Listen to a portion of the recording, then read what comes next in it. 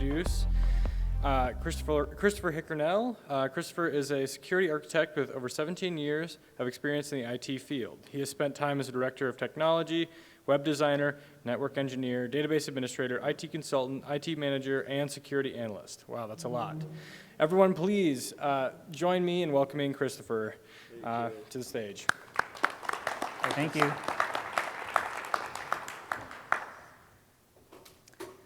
Welcome, everybody. Thanks for coming to hear what I have to share today. I'm hoping that this is a little bit interactive and maybe conversational. What we're doing here is we're taking an article from the Wall Street Journal and we're going to use it as a case study. So nothing groundbreaking per se here, but I think it's going to be a good exercise. So this is me, and there's some of my credentials and stuff like that already. There's some of my contact information. So here's the article that's driving today's talk.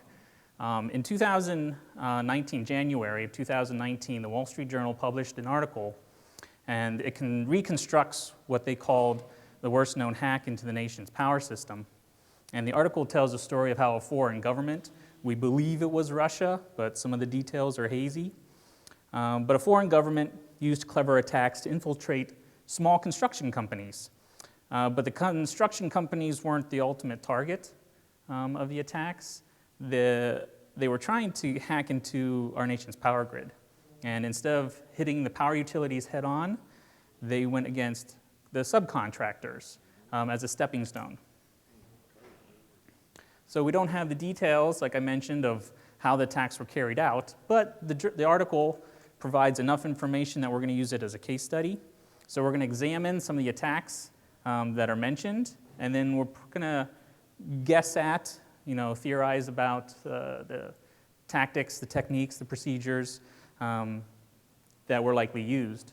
We'll look at security deficiencies, and then what possible mitigations are, or what security controls should be put in place for those attacks. So businesses operating in a cyber world, no matter their size or their cash flow, can all be targets of cyber attacks. And that's one of the key takeaways I want from this session for all of you. So just because you're a small company and you may think that you don't have anything of value, an attacker might use you to get to someone else. And this case study is going to be proof, real-life proof, that attackers are going to use you and your infrastructure just to get somewhere else of higher value. So I have a timeline that's going to break down some of the key events in this attack, and it starts in December 2016. So there's an Illinois-based company called CFE Media, and they publish trade journals. And one of the trade journals they publish is called Control Engineering. So they were contacted by the FBI, and the FBI told them, hey, your website's been compromised, and it's being used to harvest passwords, visitors' passwords. Can anyone shout out, go ahead and just shout out for me what this type of attack, what's a more common term for this type of attack? Yes, watering hole attack. So you want to, and that comes from nature, right? All animals need to come to the watering hole for water. You want to attack the animals, you poison the water hole, right? So early March 2017, the attackers took control of a mailbox at a company called Always Excavating. So Always Excavating, 15-person company in Salem, Oregon. They work with utilities and government agencies. The attackers sent mass emails to all the customers. So let's step back. Watering hole attack against publisher's website, harvesting credentials. The attackers target Always Excavating and gain control. They have credentials now for this company, for users at this company. So they are now in Always Excavating, and they're sending emails from Always Excavating. So they've infiltrated the company, and they're using credentials and mailboxes there to send emails out to all of their customers and contacts. In these emails, they contain links to a compromised website. The website was called imageliners.com. and it looked like a Dropbox login page. ImageLiners.com is supposedly a dormant website at the time, because the owner didn't even know his website was compromised or being used for this until he started seeing the traffic logs, start lighting up like a Christmas tree, as all of these people at Always customers were clicking on the links in the emails and going to the fake Dropbox login page. So, late March 2017, the attackers send another stream of phishing emails containing links to a DocuSign agreement to all the contacts of Always Excavating. One of them was another excavating company called Dan Coffman, and that company's in Lincoln City, Oregon. One of the recipients of the message was suspicious enough to respond and say, hey, this looks suspicious, did you send it? Well, of course, the attackers had control of that mailbox, so the attackers responded, yes, we did send it. Still suspicious, they called up and said, hey, Dan Coffman, did you send this email? And they're like, no, email's been hacked, don't believe it, don't click on it. Sure enough, though, somebody still clicks on it somewhere in that organization. So the attackers now have control of mailboxes inside another excavating company. One of the recipients of the fake emails went to a small professional services firm in Corvallis, Oregon. An employee at that firm clicked a link in the message, again going to the Dropbox lookalike site, where they entered in a username and password. So now hackers had credentials to the Corvallis corporate network. Attackers used those credentials to gain access to the network, and then they modified the firewall while they're in there. So now they have persistent access to the Corvallis firm's corporate network. They lay low for a little while, doing reconnaissance. And then they crafted a fake persona inside Corvallis with a mailbox, and they started exchanging emails with Devange Construction, which is a 20-person carpentry company in Michigan. So a couple of takeaways right away. Always Excavating, it's a 15-person company. Devange Construction, 20-person company. Small contractors and small firms working for utility companies and government government organizations. So again, this information is coming out of this Wall Street Journal article. I don't have access to all their sources and details, so some of the details are still vague. But we do know that in the summer of 2017, the Devange network was compromised. Fake mailboxes, again, were used to send malicious resumes to a number of companies whose business it is to support the utility companies with their industrial control systems. So if we just replay this a little bit, attackers have access to the Corvallis corporate network. They create a fake person, a fake mailbox. They craft a resume that's malicious, and they start sending it to these companies whose job it is to work with utilities, and they're applying for jobs. So here's multiple organizations who have relationships with each other. They may have open job postings and stuff, and now they're receiving emails with resumes from a company that they know, that they're familiar with and stuff. So according to a government report, the attackers were able to infiltrate one of these companies. So these are the companies that manage the industrial control systems at utilities. And they were able to gain access to account and control system information. Back at Dan Coffman Excavating in 2017, the attackers sent out 2,300 emails to all those companies' contacts, again with a link going to a fake Dropbox site, continuing the password harvesting campaign and everything.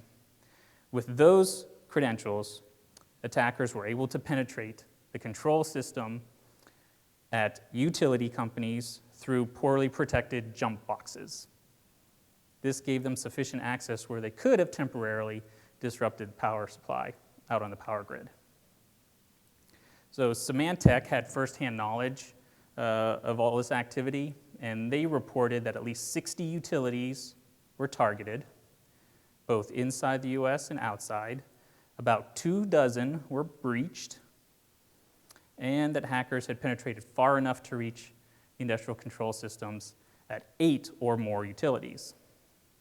So that's the timeline of some of the big events that would occurred over that year and a half of time that took attackers from infiltrating small contractors, construction companies, carpentry companies, to where they were far enough to turn the power off at the utility companies. The article, the Wall Street Journal article, reported that in 2018, tainted emails were still being received. This is early 2018. They were still being received by at least one construction company, and that the hackers are probably still embedded in these corporate networks, or these small business networks. The article made a funny, well, I took it as funny and humorous. I'm sure the authors did too, because they included it in the article. They had interviewed Gary Dodd. He's the Chief Information Security Officer for Bonneville Power Administration. So Bonneville is based in Portland, Oregon, and they maintain and operate, they run 75% of all the high transmission lines in the Northeast, or Northwest, in the Pacific Northwest. So they interviewed the CISO about all the suspicious emails that were coming in from Always Excavating and from Dan Coffman Construction. And the CISO, Gary, replied, "It's possible that something got in, but I really don't think so." This is a corporate executive. This is a CISO. His response to a question was, "I don't think they got in." Doesn't it sound, is that a here's your sign moment? Like, there's an executive that probably doesn't have a real good grasp on what's going on. So I thought that was funny.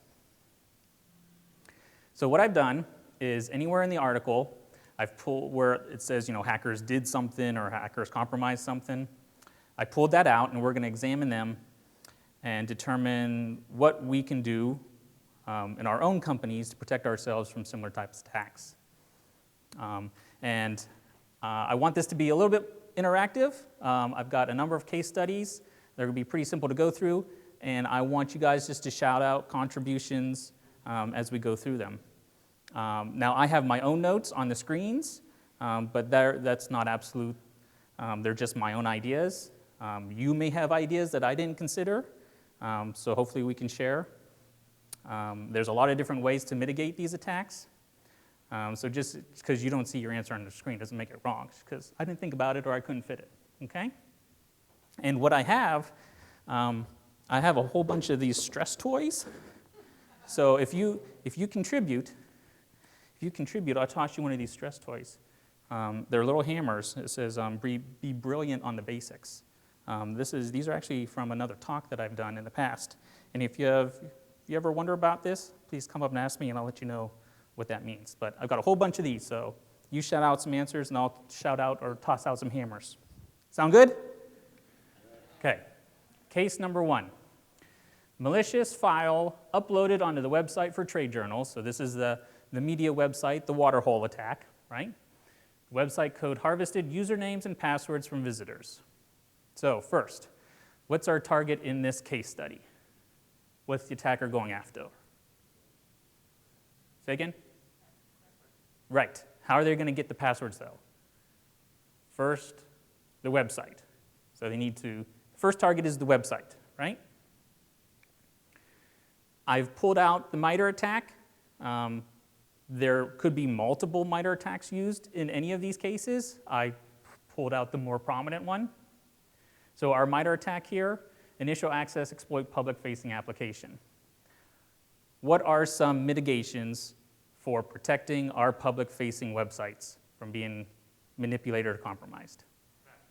Patching, good. What else? WAF, so web application firewall. What'd you say? Proxies, yep. Web app scanning. Web app scanning, good. I have file integrity monitoring. log monitoring. So some technologies that help you know that someone's changed the website. And hopefully you've got some, maybe some change management procedures also in place that you can say, hey, something's changed. Did anyone want to make a change? And you've got a record of who made changes, who didn't make changes. Any questions? Pretty easy, right? Good, 8 more. Case number 2, commandeered email account. So this is the specific gentleman's account that was compromised at the excavating company. So the account was used to send messages to their customers. And the message sent the recipients to a malicious website that looked like Dropbox. So what's the target? Customers via email, business email. What's our MITRE attack? Valid accounts. This is going to be a theme throughout all of these cases, similar cases, is this valid accounts. Trusted sender. If you're an attacker and you have credentials, that's the easiest way in, right? That's why email is the most popular attack vector. Thank you. We're on to countermeasures, right? Multi-factor authentication. I gave away a few answers. Anything else? Email filtering, right? We're looking for malicious attachments or malicious URLs. End user education. Thank you. Good. Who said that? Password managers, so there are fewer shared credentials. Password managers, yes. And I said expiring passwords, right? There's probably, in my work, I do security assessments for small businesses, and one of the reoccurring themes is password policies and non-changing passwords. O365 accounts with passwords that don't expire. Here's a public-facing mailbox, right? That attacker can just sit and pound until they break it. Good. Any questions? Number 3, Mr. Vitello's email account was used by the attackers multiple times, even responding to customer inquiries, right? So that one lady said, hey, did you send that? And the attackers are like, yeah, I sent it. Go ahead, click on it, it's safe. What's our attack, or our target? Again, business email, right? Our MITRE attack here, valid accounts, right? We have credentials, so attackers can get through and do anything. But we're looking for some little bit unique countermeasures here. The key in this case study is that attackers use the email accounts multiple times. So we've exploited business email, we come back and we use it again. We come back and use it over again. So we're looking for countermeasures to repeat exploits, repeat attacks. Yes, out-of-band communications. Yes, another common theme that I see in small businesses is, yeah, I got set up your O365 mailbox, here's the password.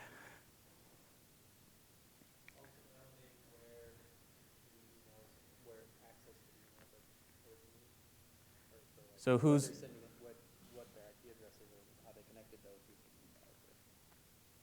Yes, so looking at who's logging into O365 from where. Yeah. Good, that's going to come up again later. Some of the answers that I had, incident response and cleanup and prevention. So your mailbox is compromised, got to have good incident response and cleanup so it doesn't get compromised again, right? Good. So moving on, harvested credentials were used to gain access to the Corvallis network, and attackers modified the internet firewall, undetected. What's the target? The firewall. What's our MITRE attack in this one? Valid accounts. You got credentials that get you access to a firewall, you can give yourself persistent access. Some countermeasures to protecting our network firewall from change management. Yes, what else? Who said logging? Yes, what else? I heard more voices. Do you have a sentinel alert you on that activity? Where, who? Who wants a hammer flung at them? Good. Monitoring system changes. Oh, that's the only, you guys had more answers than I did. Great. Yes, monitoring system changes. A simple tool that I found in my experience is a tool called Rancid. Has anyone heard of that? Yes. What's it stand for? Do you know? It stands for Really Awesome Network Config Differ. So it's a little Linux script, and you feed it a bunch of IP addresses, and what it does is it goes out to your Cisco device and pulls a copy of the config. It does that every 5 minutes, and then it does a diff check. So every 5 minutes, it's doing a diff check against the network configuration on your Cisco devices. If it changes, it sends you an email. So within 5 minutes of a change to your firewall, you should know somebody changed your firewall. That's a cool tool.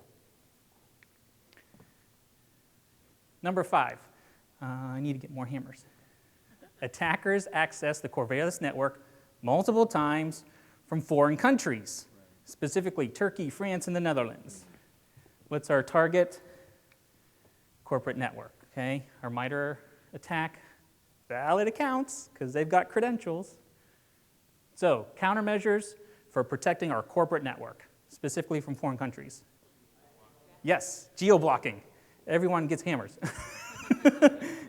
Geo-blocking, if you're not, this is simple. If you have a firewall, it doesn't cost you anything. And most firewalls already have objects and a notion of geofences, like countries, right? They already have objects. Cisco, going to a Cisco firewall, it has objects for Asia and Middle East and China and Korea and stuff. And the key takeaway here is if you're not doing business with any of these foreign countries, then block them, right? You've got FTP server that's getting pounded from connections from China. Well, block China. So if you're a US company and you only deal with other US companies or US customers, this is a real easy way to limit your exposure. Yeah, multi-factor auth helps here too. Yes.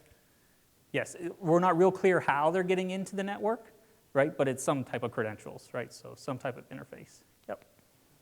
Geographic, like possible logins, like if you're a company that does business outside, you can say there's no way that I can log in from Chicago and Spain within 5 minutes. Like that's just never going to happen. Right, so impossible, we could call it impossible travel or possible logins, right? How can you log in from 2 different countries within 30 minutes? We have a SOC that does this all the time. One of the primary things that they're mining through data is to see user logins and stuff.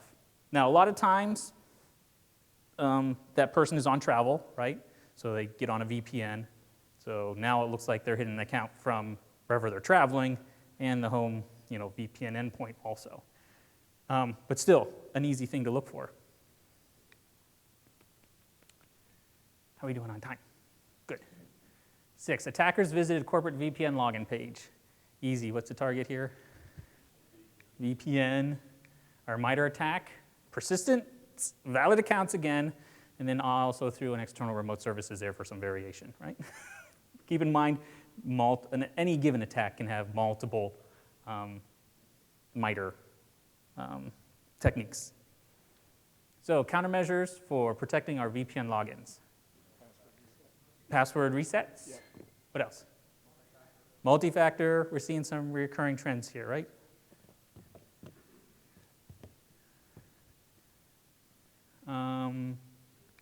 What else?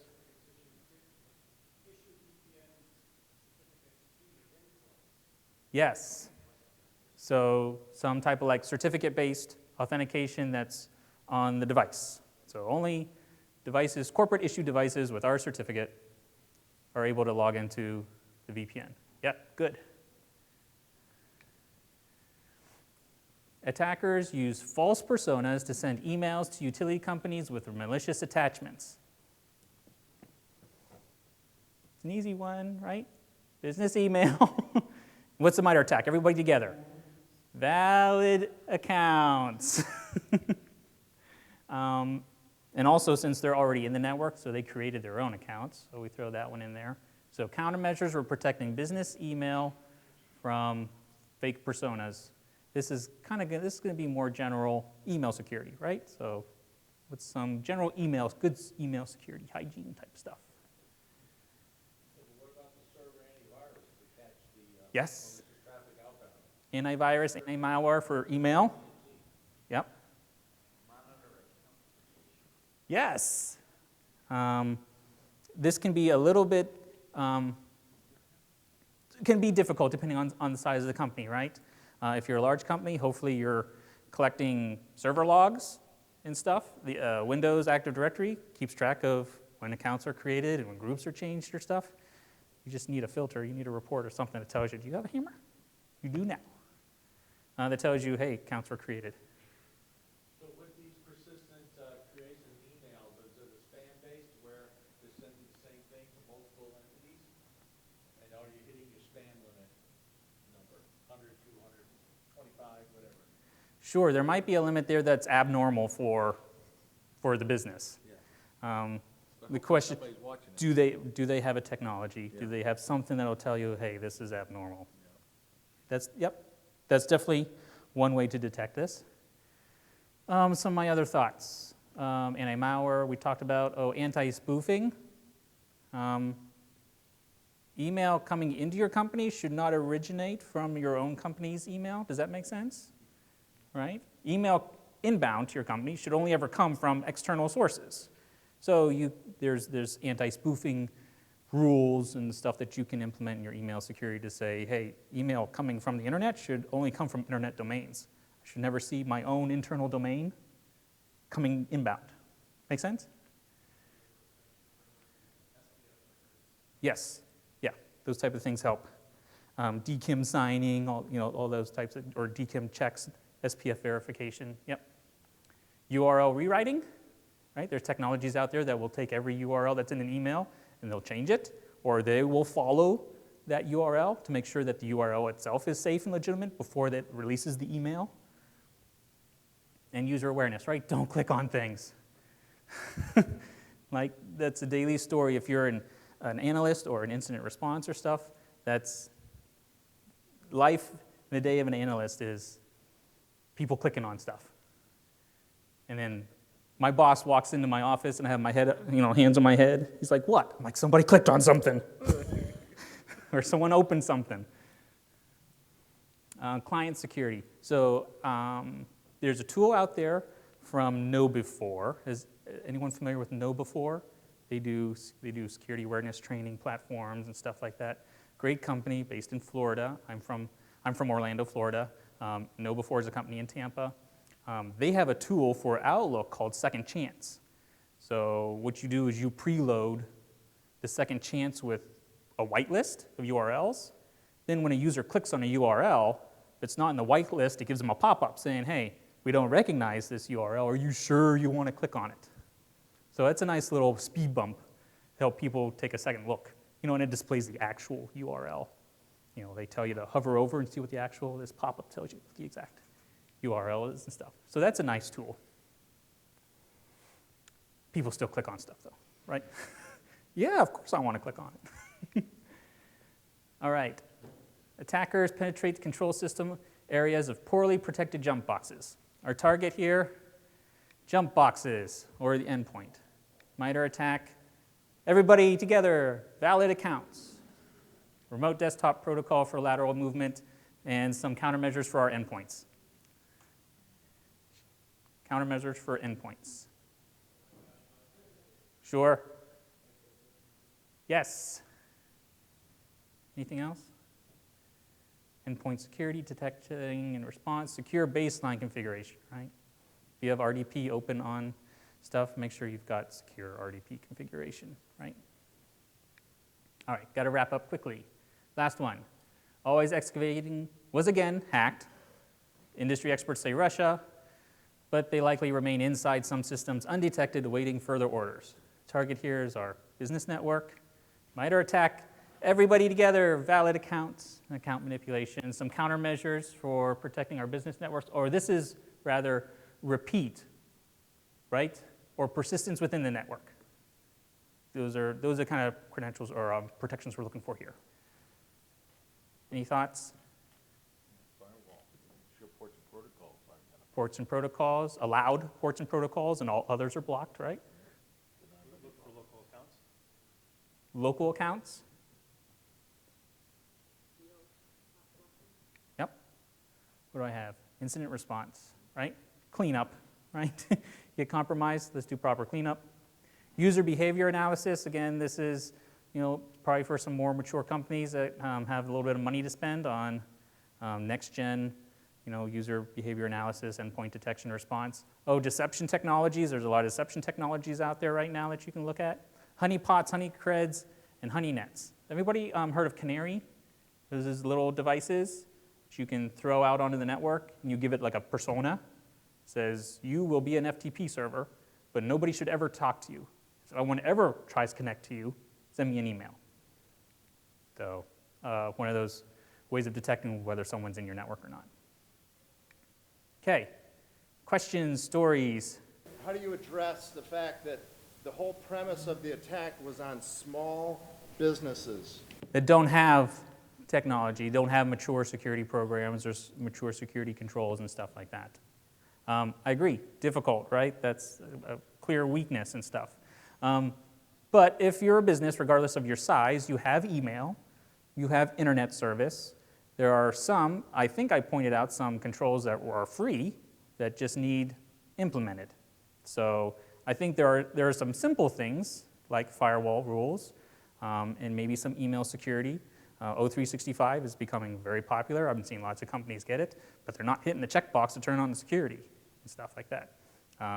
Or they don't have, they have a Meraki firewall that's doing web filtering and threat detection and stuff, but they haven't hit the checkbox to say block porn. So there are some of those things that can be done that are easy mitigations for smaller companies. I'll wrap it up. So the takeaway in a cyber world, every business can be targeted, so be brilliant on the basics. I do have more stress toys left over, so if you want a hammer, and I didn't get one tossed to you, please come up, grab a hammer, and thanks for coming. Appreciate it.